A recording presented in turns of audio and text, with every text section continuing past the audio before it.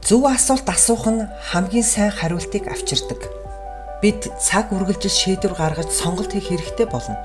Зөв асуултууд нь магадгүй чиний олон асуудлыг шийдэж өгч болох юм. Тэр тусмаа хинэгэнд биш өөртөө шударгаар тавьсан асуулт нь чиний ирээдүйн бүхэл амьдралыг ч өөрчлөх хүчтэй. Тэгвэл өдөр бүр энэ 3 асуултыг өөрөөсөө асуу. 1-р, намайг үгсний дараа хүмүүс юу гэж дурсвал? Энэ асуулт нь тэмч хүсгээр асуулт биш. Магадгүй хариултыг чи бодохыг ч хүсэхгүй байж болох юм. Хэрвээ сайн зүйл төсөөлөгдөхгүй байвал аль хэдийн чи ямар нэг зүйлээ яаралтай өөрчлөх хэрэгтэй болж гэсэн үг. Өөрийгөө 100% мэдэж, аз жаргалтай, зөв амьдрсан гэдэгтээ итгэлтэй байх тухай. Чи бусдад хэрхэн үнэлэгдэхийг хүсдэг шиг өөртөө ч үнэлэгдэх ёстой. Хэн өөрийн замаар говьлгүй алхсан бэ? Энэ бол аймхаа хулчгар хүмүүсийн алхдаг зам биш. Энэ зам бол бүгдийн алхдаг нийтийн зам биш. Энэ бол зөвхөн чиний зам. Чиний амьдрал, чиний мөрөөдөл, чиний хүсэл. 2-р, миний амьдралын хамгийн үнцэнтэй зүйл юу вэ? Зөвхөн үннийг хариулаарай. Чи өөрийн үнцэн гэж бодож байгаа зүйлсийн төлөө юу хийдэг вэ?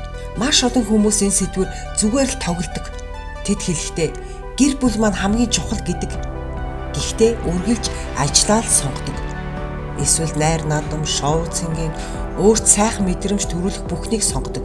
Заримдаа бүр хүний санаанд оромгүй, утга учиргүй зүйлсийг хүртэл гэр бүлээсээ илүү сонгодог. Худлаа гэж юу? Юунд илүү цаг хугацаа, сэтгэлээ зориулж байгаагаар нь түүнд юу үнцэнтэй нь харагддаг шүү дээ. Тэд бас эрүүл мэнд хамгийн чухал гэдэг. Харин тэдний харуулж байгаа үйлдэл нь яг эсэргээрээ. Өөрийгөө хордуулах зүйлийг үргэлжлүүлэн хизээж зогсолтгүй хийсээр л байдаг. Тэд заримдаа хүсэж байгаа зориг тэмүүлэл минь миний үнцэн гэдэг. Гэвч тэд үүндээ өөрөө бэлтгэдэггүй, суралцдаггүй. Тийм болохоор хүрч чаддаггүй. Хэрв чи өөрийнхөө хамгийн чухал зүйлийг олсон бол, чи өөрийнхөө хамгийн үнцэнтэй зүйлийг юу гэдгийг мэддэг бол, үүнийг харуул. Үйлдэлээр батал. Битгий харамсаж амьдр. Хэтэрхий оройттол битгий хүлээн. 3-р, өнөөдөр би юунд талархах вэ? Талархал бол чиний амьдралыг бүрэн дүрэн өөрчилж чадах зэвсэг. Зөвхөн өнөөдөр биш, бүхий л амьдралыг чинь өөрчилж чадна.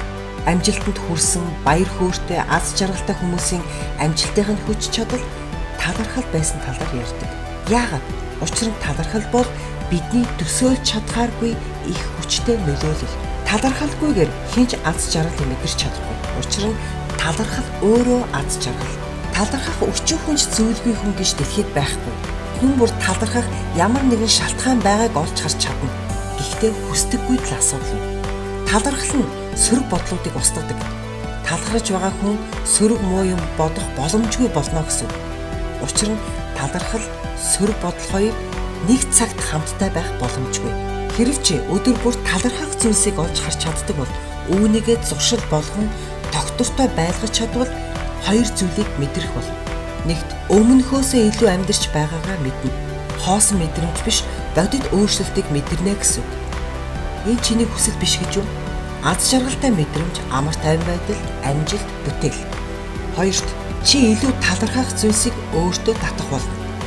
Талархах шалтгаанууд амьдралд чинь бий болох болно гэсэн. Энэ бол ид шид биш. Энэ бол амьдралын зарчим. Чи сайн зүйл төвлөрвөл сайн зүйлсийг л үзэх болно. Амьдралдаа тарьсан зүйлээ хурааж авдаг нь 4. Айдас, санаа зовлт, муу мухай зүйлсийг битгий өөрийнхөө амьдралд тарь. Тэднийг хогийн ургам шиг түүж холхоон хай. Амьдралаа юунд төвлөрүүлэхээ өөрөө удирд. Хяналтандаа байлга. Битгий нөхцөл байдал, өөр бусад хэрэггүй юмсаар өөрийнхөө амьдралыг удирдуул. Чи өөрөө л хүсээгүй бол хэнд ч чамаа гониглуулахыг бүү зөвшөөр. Өөрийн амьдралынхаа эерэг, сайн бүхнийг ухаж ил гарга. Битгий далд байлга. Эцэст нь энэ 3 асуултыг өглөө бүр өөрөөсөө асуу. Тэгээ шударгаар хариул. Өөрийн бүхий л өдрүүддээ толгооноосоо битгий салга. Өөрчлөх зүйлээ одооноос өөрчил. Хэд оройттол нь битгий хүлээ. Хожим харамсах шалтгаан битгий үлдээ. Учир нь чиний л амьдрал шүү дээ. Өөр хэний ч биш.